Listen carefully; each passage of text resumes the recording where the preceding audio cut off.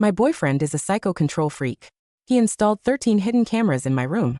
Every single move I make is under his watch. He thinks he is being so damn slick about it. But I've known all along the reason I haven't called him out. Well, I am not exactly normal either. Just thinking about him watching me through those screens makes my adrenaline spike. I get so excited I can barely control myself. I mean, come on. A total psycho straight out of a novel. And I finally found a living, breathing one. When I woke up, Ethan had already left for work. Last night's activities were too intense. Every muscle in my body ached. I just lay back down under the covers counting silently. When I reached 100, the maid knocked on the door. "Good morning, Miss Lily. Breakfast is ready. Let me help you up." He supported my sore waist and easily lifted me up. "Mr. Ethan just called. He has arranged for a massage therapist to come at 10:30. After breakfast. You can rest a bit before the session starts." I blushed and looked down playing the shy girlfriend. But inside I was giving him a mental thumbs. This efficiency, this attention to detail. Who wouldn't be impressed? I don't know what those heroines in psycho novels were thinking. Running away from such a good life. Isn't this way better than those guys who don't even lift the toilet seat and spend all day on the couch, scratching their balls off? I am just too shallow to understand the heroine's noble mindset. I shook my head regretfully and let out a series of moans. The massage therapist Ethan hired was truly skilled. Having my exhausted muscles needed felt absolutely incredible. Plus, I glanced at the ornate fruit platter the butler brought in. I decided to moan even more seductively. Whatever. I had nothing better to do after eating my fill. Might as well tease a certain someone far away in his office. Can see but can't touch. But that is driving you crazy. I was still giggling to myself when the butler suddenly took a phone call. The usual 2-hour massage ended in less than half an hour. Shit. This backfired. I needed to express my displeasure. After adjusting my glasses, I decided to imitate those psycho novel heroines and run away from home. Based on my years of novel reading experience, psycho male leads usually lack a sense of security. They want to keep their girlfriends under their watch. 24/7. The heroine dares to pull an escape stunt. She'll definitely get dragged back. Then they'll go at it for 3 days and 3 nights straight. And afterward she'll be kept under even tighter surveillance. Just thinking about it made me drool. Wiping my mouth, I put on a melancholy expression and said to the butler, "James, I want to go out for a walk. I won't be back. For dinner." James paused while handing me tea. "Sir specifically requested a Michelin chef to prepare dinner tonight. Are you sure you want to go out?" I swallowed hard, but thinking of my future happiness, I reluctantly declined. Unable to tempt me with food, James had no choice but to call Ethan for instructions. After a few words, he handed me the phone. "Why do you want to go out?" Ethan's magnetic voice came through, making my ears tingle. Oh, my God. Not only is this guy a psycho, he is also gorgeous. And on top of being gorgeous, his voice is this damn sexy. It is killing me. He should be doing voice acting for psycho male leads, giving all the ladies online something good to feast on. Imagining him doing voice work couldn't suppress my grin. "Why aren't you saying anything? Are you unhappy today?" His voice softened. I held back my laughter and made a half-hearted sound to show I was listening. "The gaming room upstairs is finished. All top-of-the-line equipment. Want to try it out?" He coaxed me. "Or you could go to the pool. The water was changed this morning. It is very clean. Oh, and those cymbidium orchids you like have been moved to the greenhouse. The gardener says they're blooming right now. If you miss it, you'll have to wait until next year." I grew more hesitant as I listened, but I still gritted my teeth and refused. "I just want to go out today. I've been stuck at home for over 10 days. No matter how nice it is, I am getting sick of it." I pouted unwillingly, but inside I was frantically shaking my head. "Not sick of it. Not sick of it. I could stay here forever. I don't want to go out at all." "Why?" The line went silent. After a few seconds, Ethan finally spoke. "All right, have the driver take you out. But the food outside isn't clean. So don't eat out there. Come back before dinner." "Okay." That little okay at the end hit me right in the heart. I instinctively clutched my chest and collapsed onto the massage table, agreeing. After hanging up, I screamed internally. A man this perfect. I had to hold on to him tight. With that determination, I vowed to make a big move today. My plan, take a long-distance bus to the neighboring city, then keep heading north. Along the way, I'd hide my identity so no one could find me. Only this way would Ethan understand my determination to run away. Why not take a plane? Well, I was afraid if I went too far, Ethan wouldn't be able to find me quickly enough. Lost in my calculations, I planned to first find a store to buy some inconspicuous clothes. After all, my Gucci mini skirt wasn't exactly practical for traveling. But just as I finalized my plan, I noticed the car had looped past the park near our house again. Why are we back here? I asked confused. Mr. Ethan instructed me to drive around near the house. You still don't want to go home? I'll keep circling, the driver replied respectfully. After my insistent demands, the driver finally got on the highway toward the busy downtown area. I had him stop at a mall entrance and got out. Despite his protests, wait for me at the entrance. Go park first. He looked anxious. Mr. Ethan said you can't be alone. I didn't care. I waved him off and walked away without looking back. The cars behind him were honking like crazy, so he couldn't stop. I rushed to the nearest store, picked out an outfit, changed and took a cab to the bus station. I bought a ticket for the earliest departing bus. The moment I got on, I regretted it. The bus was packed. I squeezed from front to back, inhaling God knows how many people's body odor and breath along the way. I finally found a seat, but there were ancient stains on the cushion and a greasy film on the armrest. Is it too late to go back? After hesitating, I carefully sat down anyway. Whatever to get the hot guy. I had to suffer a little. I opened my phone and remembered I'd already tossed my SIM card. With nothing to do, I closed my eyes to sleep. Ethan, you better come find me quick. Preferably right when I wake up. Then take me home and ravish me for 7 days and 7 nights. It is no fun out here at all. I dozed off without realizing it. When I woke up, we'd arrived at the neighboring city. Everyone else had gotten off. I hurriedly got off too. Disappointingly, Ethan hadn't appeared as I'd hoped. According to my plan, I still had to keep heading north. Rubbing my empty stomach, I decided to give Ethan one more meal's worth of time. I found a ramen shop. Since getting together with Ethan, I hadn't eaten out once. He had a cleanliness obsession and always thought outside food was dirty. This time I could finally satisfy my craving.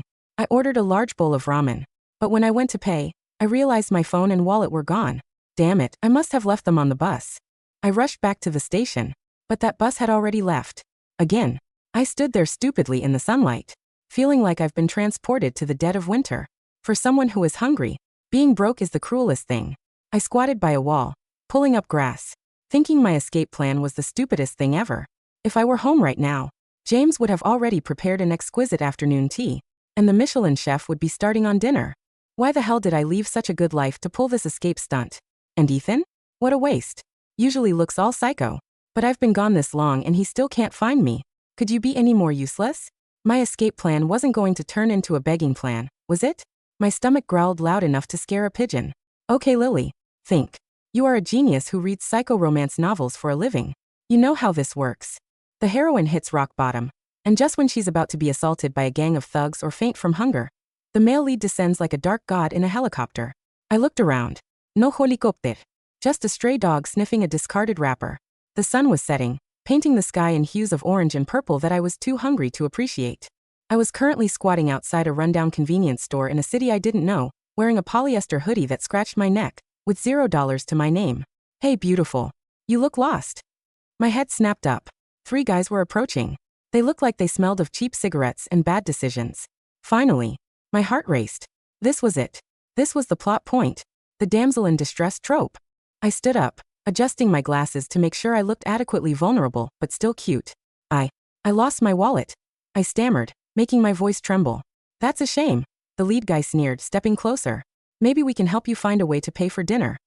I held my breath, waiting for the sound of a sports car engine roaring down the street. Or maybe a gunshot. Or at least a very angry, "Get your hands off her." 5 seconds passed. The guy reached out to touch my arm. Where the hell is he? Panic started to set in. Real panic, not the fun, flirty kind.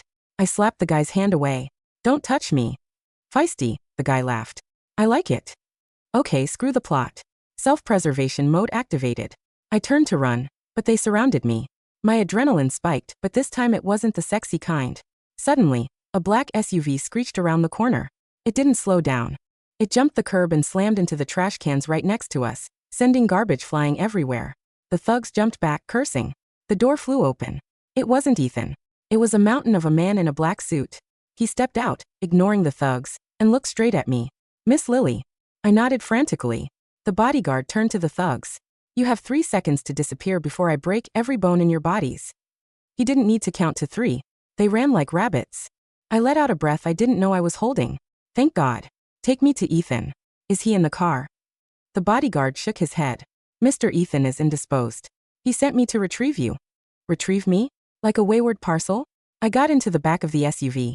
The leather seats were cool and smelled of expensive cleaner. I leaned back, closing my eyes. Finally. I'm starving. Do you have snacks? There is water and protein bars in the console, the bodyguard said stiffly. I tore into a protein bar like a savage. As the sugar hit my bloodstream, my brain started working again. Wait. Why didn't Ethan come himself? In every novel, the psycho male lead always comes personally. He leaves the billion-dollar contract signing, he abandons the surgery he's performing, he jumps out of a moving plane. He comes himself to claim his property.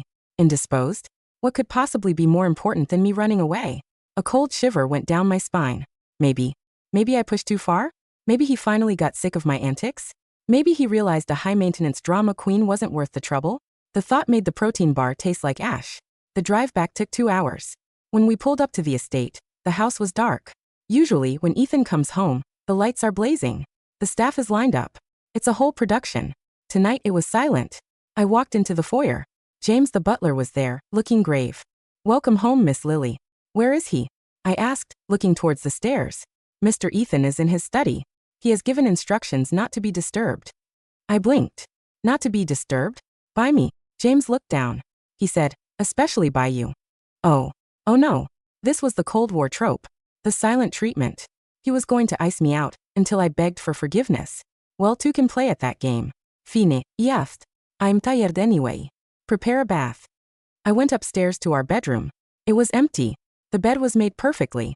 No sign that he had been there. I took a long bath, put on my sexiest silk nightgown, the black one with the lace back, and waited. I waited until midnight. He didn't come. I paced the room. I posed in front of the hidden cameras I knew were there. I did a little stretch. I bent over to pick up something. Nothing. Usually if I did that, he'd be in the room within 30 seconds, growling about how I was trying to kill him. I stared at the smoke detector, camera number 4. Ethan? Hello. I'm home. I'm safe. Are you going to come yell at me or what? Silence. I stomped to the door and flung it open. I marched down the hall to his study. The door was closed. I knocked. Ethan. No answer. I tried the handle. Locked. Ethan. Open this door right now. I almost got mugged by guys who smelled like onions. I'm traumatized. I need comfort. Nothing. I kicked the door. Fine. Be that way. I'm sleeping in the guest room. I waited 5 seconds for him to burst out and drag me back to our bed. Nothing. I went to the guest room, threw myself onto the bed, and cried. Not fake crying this time. Real, ugly, snotty crying. He really didn't care anymore. The next morning, I woke up with puffy eyes. I dragged myself downstairs. Ethan was at the dining table, drinking coffee and reading a tablet. He looked impeccable in a charcoal gray suit. Not a hair out of place. He didn't look up when I entered. Good morning, I said tentatively. He turned a page on his tablet. Morning. His voice was cold. Indifferent. Like he was talking to a distant relative he didn't particularly like. I sat down. James brought me breakfast, my favorite avocado toast. But the atmosphere was suffocating. Ethan, I started. About yesterday.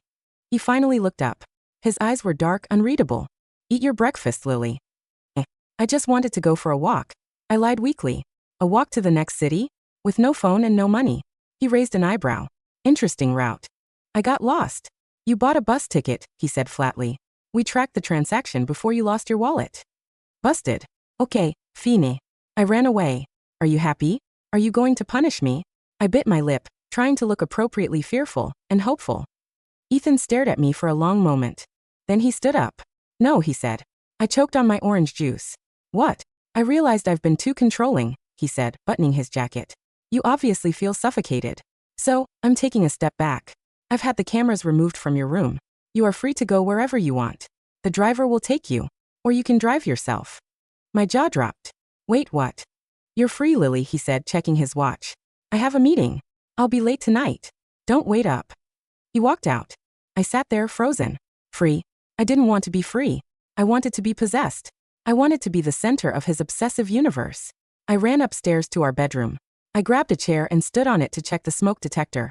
Gone. The tiny lens was gone. I checked the vent. Gone. I checked the eyes of the teddy bear on the shelf. Normal plastic eyes. He really did it. He removed the surveillance. I slumped onto the floor. This was a disaster. This was the worst plot twist in history. The male lead had gone. Healthy? I couldn't live like this. A normal relationship? Where we trust each other and have boundaries. Gross. I needed to fix this. I needed to make him crazy again.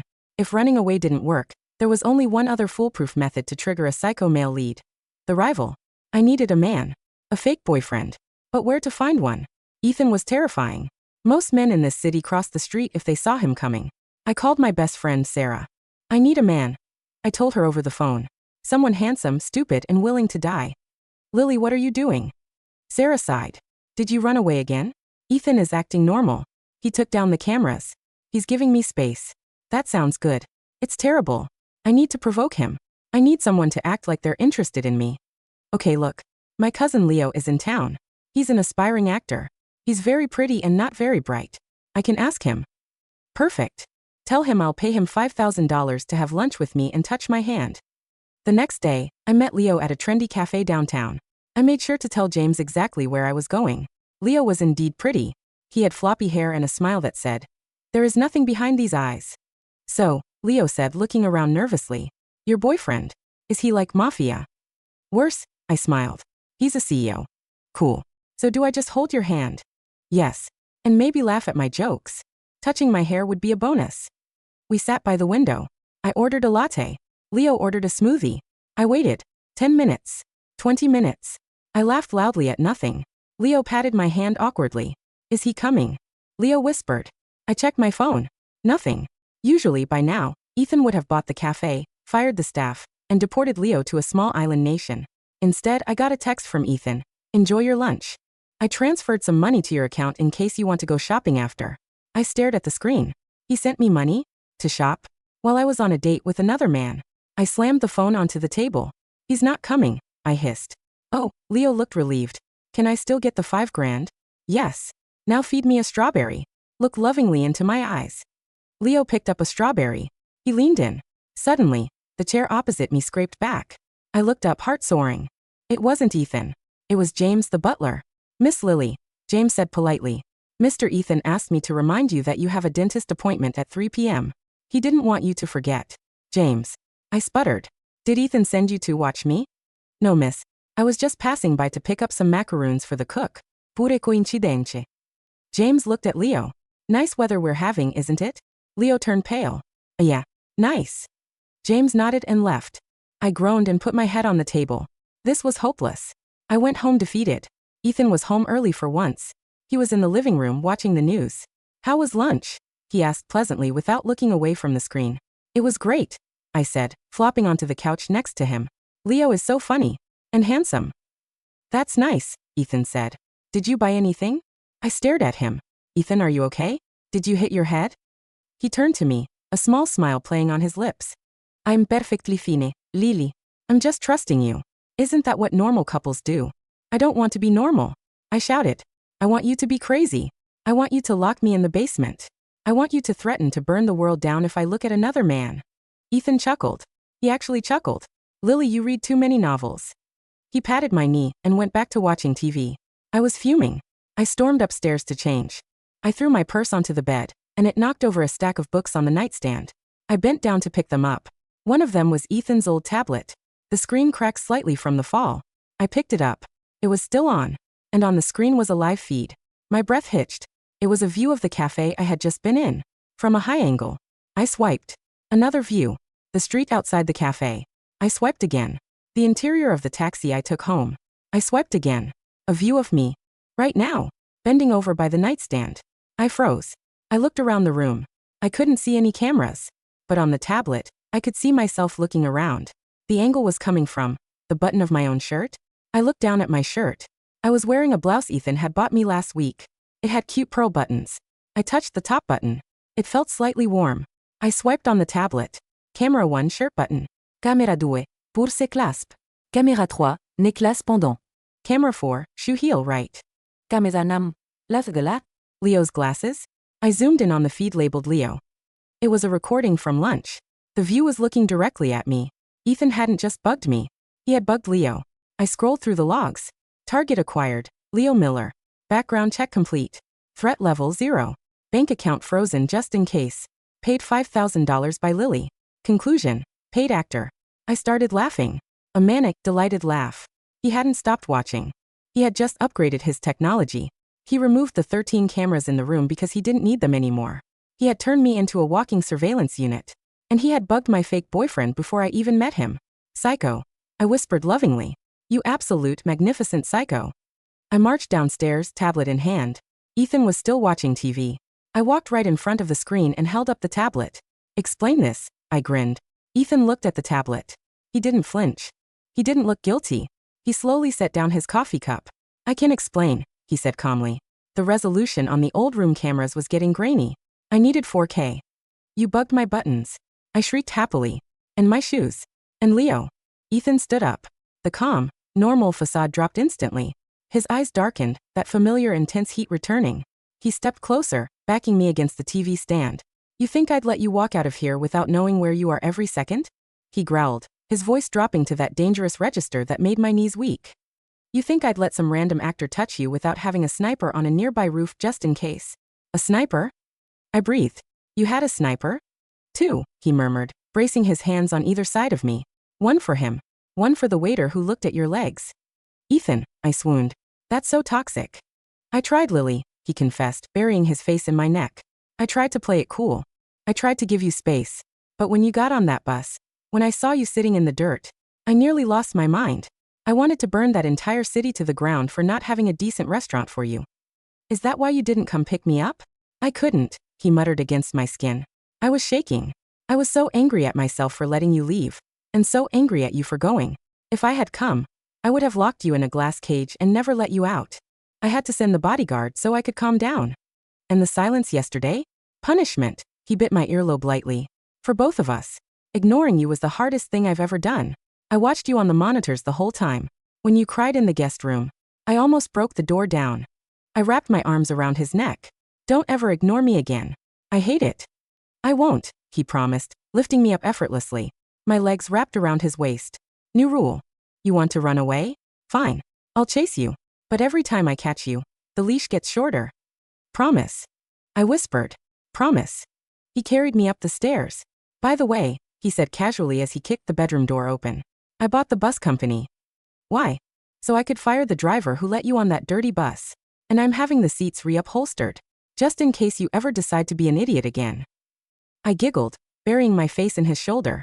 My psycho. My beautiful, controlling, obsessive psycho. I wasn't the heroine running away from the villain. I was the villain's willing accomplice. And honestly, the view from the cage was spectacular. Epilogue. 3 months later. Ethan, where are my earrings? The diamond studs. Top drawer left side, under the silk scarves. Ethan's voice came through the intercom. He was at his office, 10 miles away. Thanks, babe. I put them on and checked my reflection. I waved at the mirror. You look beautiful, his voice said. But change the lipstick. The red is too bright for a Tuesday. Yes, sir. I wiped it off and applied a nude shade. Better. Now remember, the driver is taking you to lunch with Sarah. You have 90 minutes. If you're late, I'm sending the helicopter. Got it. I grabbed my purse, camera number 2, and skipped out the door. Life was good. I was safe, I was loved, and I was watched in 4K resolution. Some girls want a Prince Charming. I wanted a warden. And I definitely found the best one in the world.